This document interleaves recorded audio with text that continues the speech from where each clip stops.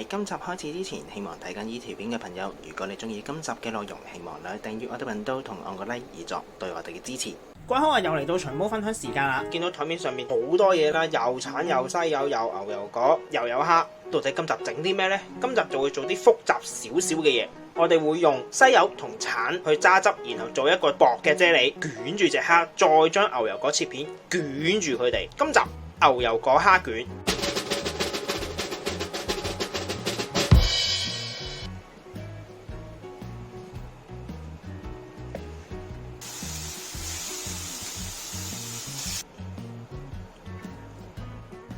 如果聽到蝦同橙嘅組合之後，基本上應該好多人都會話㗎。喂，唔係喎，蝦同橙唔可以一齊食嘅喎，話會中毒嘅喎，會死人嘅喎。嗱，首先網上講嘅嘢基本上唔能夠完全100% 信晒嘅，因為有時真係假，又或者可能攞咗部分出嚟講，而唔同你講埋其他。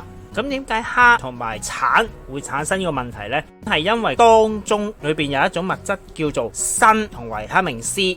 當蝦嘅鋅同埋維他命 C 結合咗之後，就有機會產生一種叫無機砷。但係要產生呢個化學反應嘅情況係要有咩條件呢？首先你係要食到50公斤嘅蝦同埋過百公斤嘅橙。基本上我相信冇一個人可以喺一日裏邊食得到50公斤嘅蝦同埋過百公斤嘅橙。就算大胃王啊，都冇可能咁樣食得到啊！所以唔好再相信啲咩食蝦加橙就會產生砒霜中毒。呢啲根本就係謠言嚟噶，所以基本上你網上見到嘅嘢，好多時你都係要去 fact check 咗先噶，唔好人哋講你就信。首先就會嚟做咗個啫喱先，啫喱你會分兩層做嘅，第一層會係用西柚，第二層會用橙，就會揸汁，然後撈少少魚膠落去，形成咗一個好薄嘅啫喱片。做呢個啫喱薄片要需要一個好平嘅器皿，屋企冇就可以好似我咁用錫紙去接一個方形嘅兜，定係確保到平噶啦。首先喺上邊加1-2滴油，然後捽勻佢。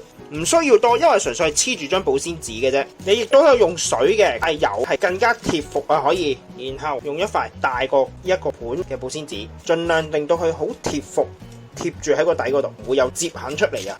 然後揾硬嘅嘢刮一刮佢，就好似人哋粘牆紙咁，就已經完成咗啦。做完之後，我哋就會擺落雪櫃雪凍佢。雪緊嘅同時，我哋就會嚟整西柚汁啦。你可以用買翻嚟現成嗰啲都可以嘅，但係買嗰啲咧就唔好有糖分，最好買 natural 嘅。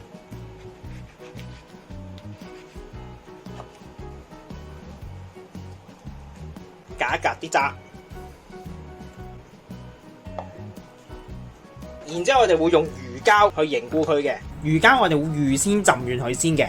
魚膠浸軟咗之後，我哋會揸翻多餘嘅水分，然後擺落去西柚汁裏邊，輕輕揸揸。煮嘅時候不斷咁搞，千祈唔好唔理佢，因為會黐住個底，會燶嘅。曾經試過有人成沓魚膠劈落去，唔理佢，慢慢煲，諗住會溶啦。點知到頭來倒出嚟嗰時，發現係有一半以上係黐住個底，冇煮到，結果係焦咗，要重新煮過。唔晒就得噶啦，唔使煲到佢大滾嘅。先俾佢攤一攤，凍少少先。當西柚汁凍咗之後，中間嗰度倒落去，跟住輕輕喐一喐，等可以平均。然後我哋就擺落去雪櫃。西柚汁凝固咗之後，我哋就會開始嚟整橙汁嗰一層啦。先將個橙揸汁，加少少橙皮，先倒佢落去。而家浸軟咗之後，揸翻水，擺佢落去。如果想再香啲，呢個時候加1茶匙橙酒落去。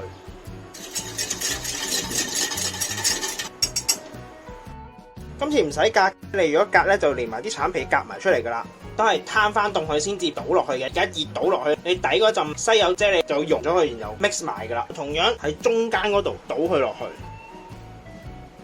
又輕輕喐一喐，然後擺翻去雪一雪先。西柚同埋橙汁嘅啫喱都完成咗之後，我哋就會先至嚟處理蝦嘅，就會需要白枝啲針嘅。如果冇呢啲針，其實可以用牙籤或者竹籤都可以嘅。第一件事要做就係挑蝦腸啦，我哋就會喺尾前面呢一節屈一屈佢，然後揾支針大約低少少嘅位置撳佢落去，挑到少少透明嘅嘢嘅，咁呢條就蝦腸嚟噶啦。攤翻直隻蝦，唔好太大力掹，好容易斷嘅，因為會慢慢咁拉出嚟。嗱，條蝦腸已經出咗嚟啦。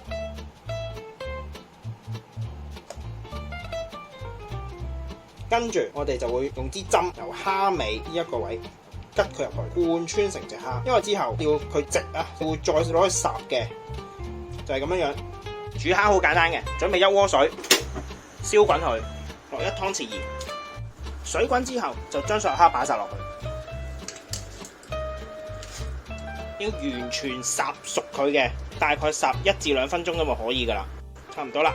我哋撈翻佢上嚟啦，準備呢盆凍水，即刻擺佢落去降溫。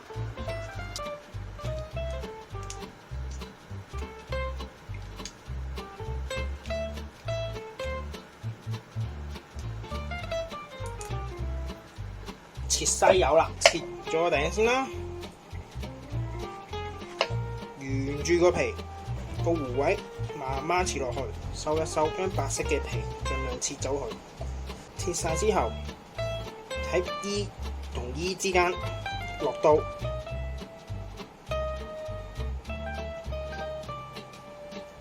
你就一塊出咗嚟啦。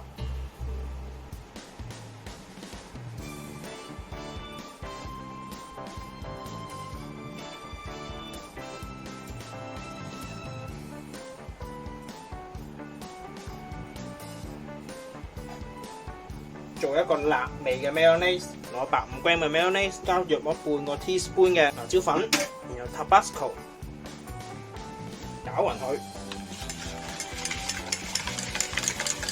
加1茶匙嘅醋，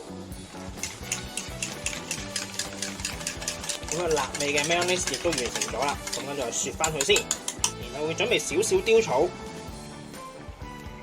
要先摘晒啲葉先。摘晒之後就將佢切碎，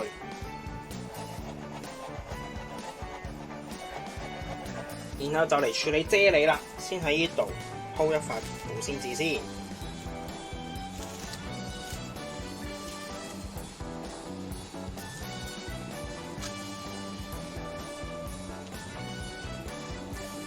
先將我哋嗰塊啫喱攤平咗佢先，擦一擦個帽。然後將另外塊保鮮紙冚上去，然後再反過嚟，最後先起咗個錫紙先，掹起第一塊保鮮紙，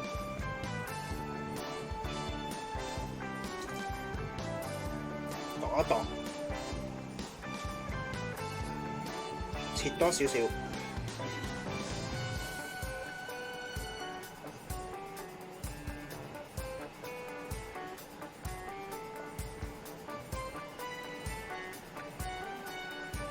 再喺中間呢度切一半，切完之後我哋就擺翻落去雪櫃雪住先。然後會處理牛油果，如果買牛油果就買大隻呢一啲，唔好買咁細隻，因為你可能即係烤仲大過佢唔夠卷嘅。買生少少，唔好買全熟，唔好買腍晒嗰啲，因為腍晒你切嗰時就好易變到成劈屎嘅，佢好容易會氧化會變黑。我哋就需要一個檸檬，先榨汁，然後準備一盆水，將檸檬汁倒落去。然後放檸檬殼，跟住就會處理牛油果啦。先中間劏開佢一半，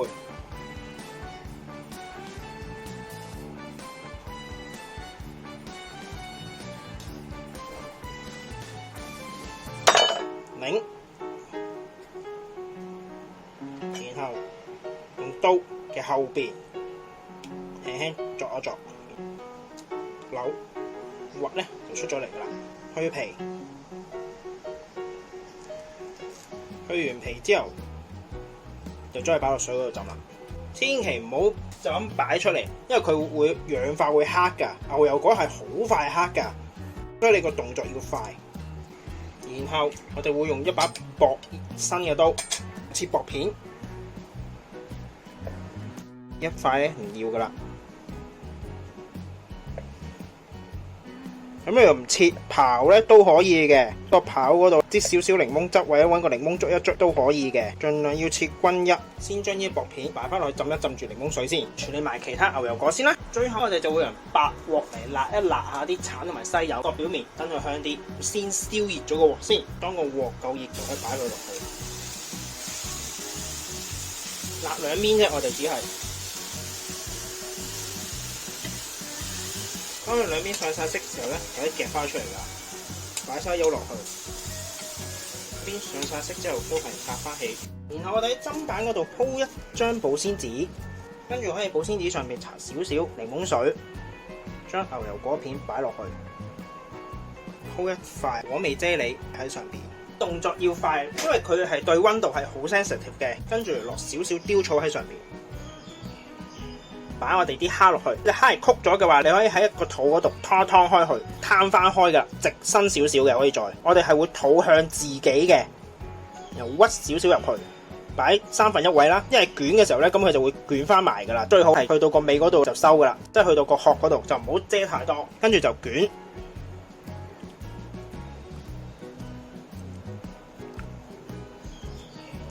將收口擺落去下邊，就係咁樣樣啦。然後加我哋啱啱煎過嘅橙片、西柚片喺上邊，擠少少辣味嘅 mayonnaise，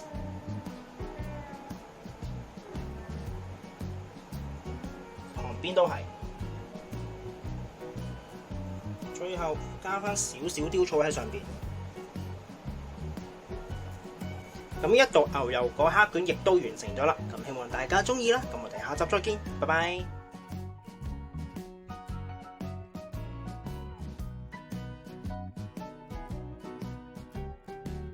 今集亦都差唔多啦，多謝各位收睇。